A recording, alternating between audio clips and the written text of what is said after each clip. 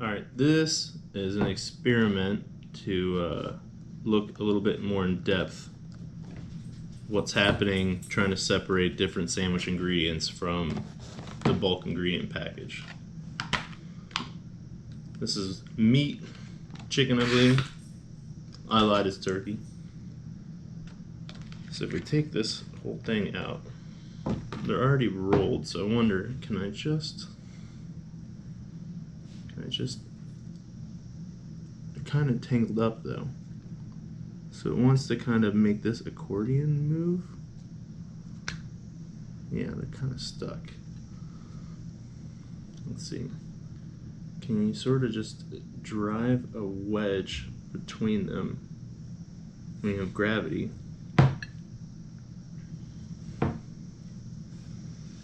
When it's sitting on like a cartridge or whatever, what happens? Can I just... Obviously I'd probably try to do it from the side. Does air work though? Air might work.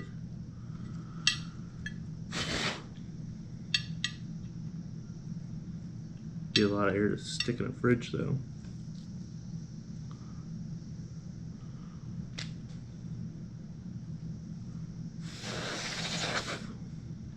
You kind of need room for it to flap too. What was the other one I wanted to do? Yeah, can you kind of traction them apart? Kind of got to pull the tractioning. It slides too much. Alright, that's the turkey. Boop. Time to clean up. One more experiment I wanted to try with the turkey. Can you separate them by shuffling them like a playing card? And no, there's no spring back.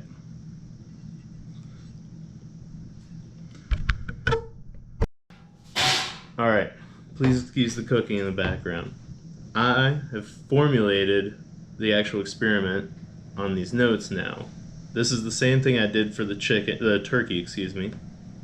Maybe not in the exact same order, but I've just written down this process so I can replicate it for bread and cheese. Start with bread.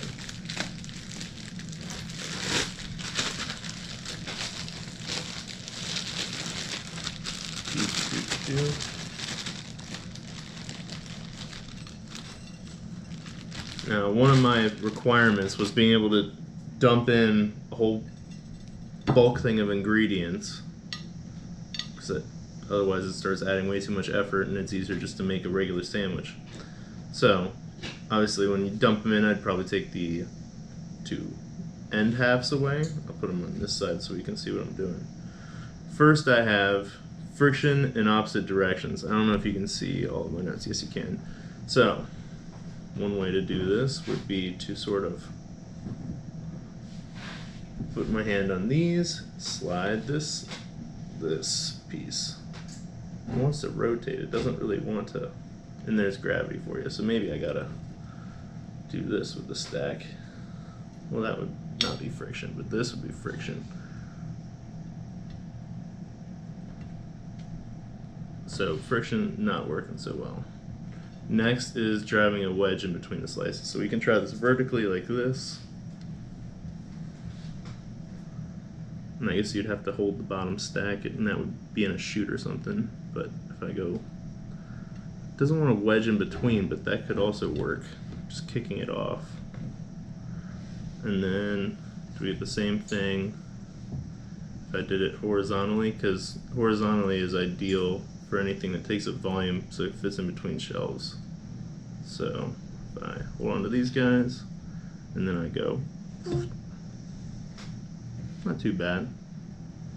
Alright, next we have hold on to the slice after the last slice and let gravity do it. So in this scenario I want 2 pieces of bread, so I will hold on to that like this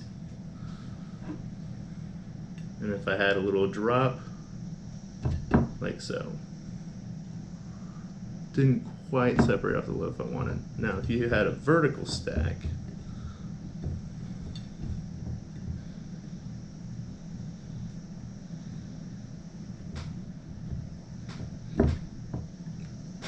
and we let go. Obviously, that's way better. But we might not have room in between our refrigerator shelves. Back bend the slices and use a spring back to separate. So this is like the same principle as shuffling cards. So if I do this, does it bounce back? Kinda.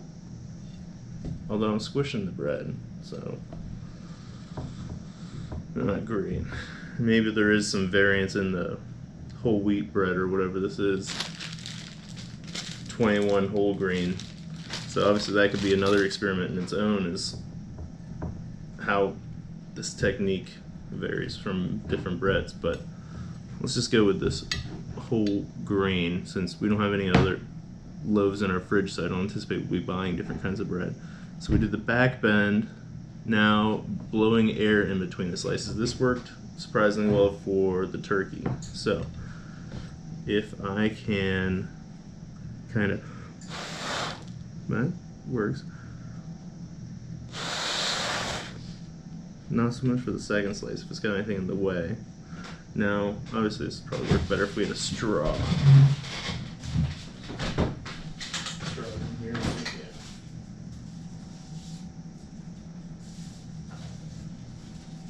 Probably want a little baby straw.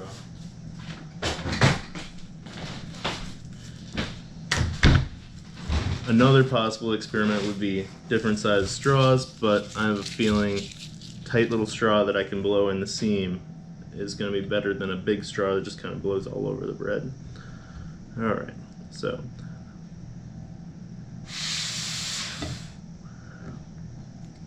well, it's kind of already leaning that way, so that doesn't really count.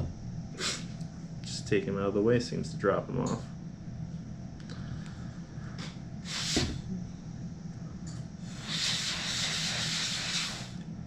So as long as these were removed, I anticipate those would fall nicely. Also, if I propped them up on something to give it a little bit of a drop.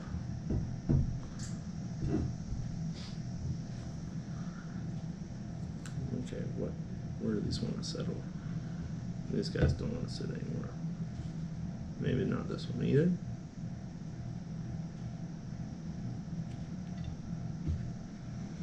So they have a little bit of distance and they're sitting near the edge. Maybe that was the problem, is all these are sitting near the edge. Although it's not that easy to control exactly which one we're blowing, unless you're really close, or I get a different end to this. Alright, and then last but not least, grasp and peel the slices. Basically this is the same as using your fingers, so it would be probably the most complicated mechanism, but if we grasp and peel, likewise if we have the ideal horizontal orientation,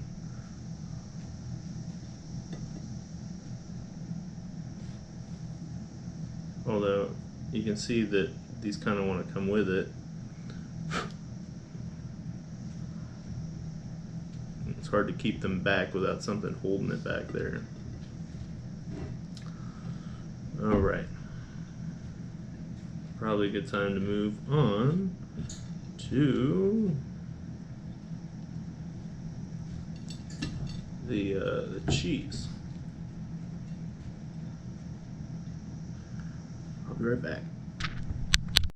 Alright, here we go for the cheese experiment. Now, when I was originally designing this, I was picturing, one of those sliced cheese blocks where it's all stacked.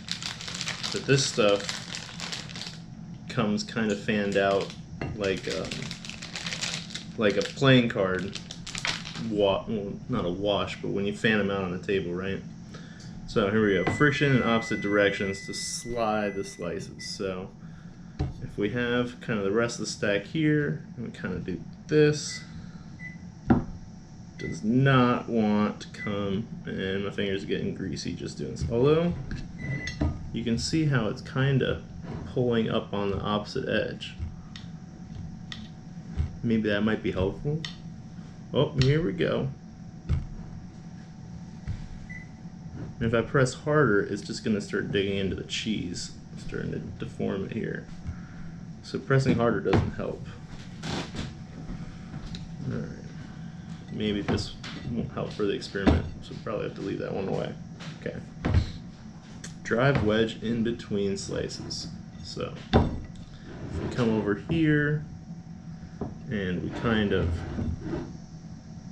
shove this in there, it kind of rolls up, which we want the meat to do. We don't want the cheese to do that.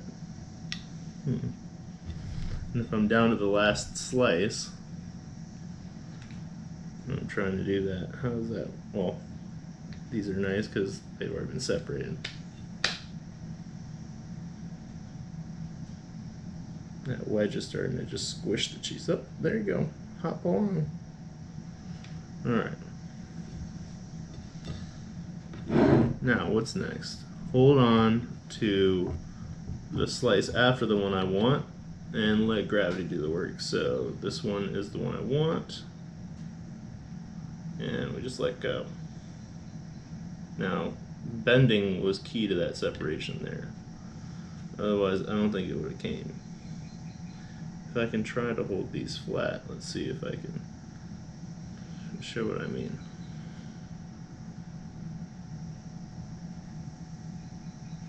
Okay, so if I hold it flat, it just ain't coming.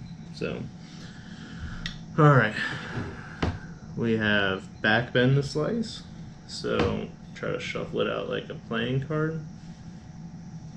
That kind of works. Let's see if we can get these to stick again. And one of the things is, in my requirements, I want 3 pieces of meat, but I only want 1 slice of cheese, so let's see if I can do this and get just 1 slice. And technically this is a variation, not good, but this is all the cheese I have at the moment, so we're just going to have to make do, and if it becomes an issue, we can get more cheese in the experiment. So, if I'm holding like so, and I back bend them for the spring back, let go of that guy. So maybe I have to back bend a little bit more, full arch, and then let go, and snail pace. Getting any more? No. Although it is giving me an opening, which might wind up being helpful for the air. So, might have to start off going this way now, since these are our only undisturbed slices back here. So, back bend, now we got blowing the fluid, ideally air, something that's, you know, not gonna slosh around in the fridge. It's pretty good. Alright, now these two I don't think have been separated, so from down to that last 2 slices, this is the last kind of, what do you want to call, version piece to try. Kind of blowing it at an angle. Maybe if I blow it from the top.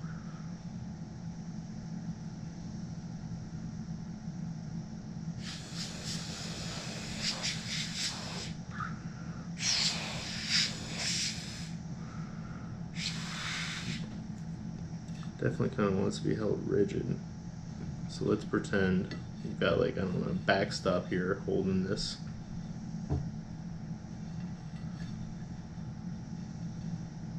So, and maybe, I don't know, dispenses the opposite direction. So we're going to try to get this last piece off. And ideally, it's just going to sit there. I know what's going to happen right now. It's not going to sit there. So I'm holding the third slice back because that's the backstop. Almost what we wanted. So clearly we need some sort of like side friction just to kind of hold it upright while we're applying our separation force. And that's probably not going to be easy to see on the camera. So let me flip this around. Okay.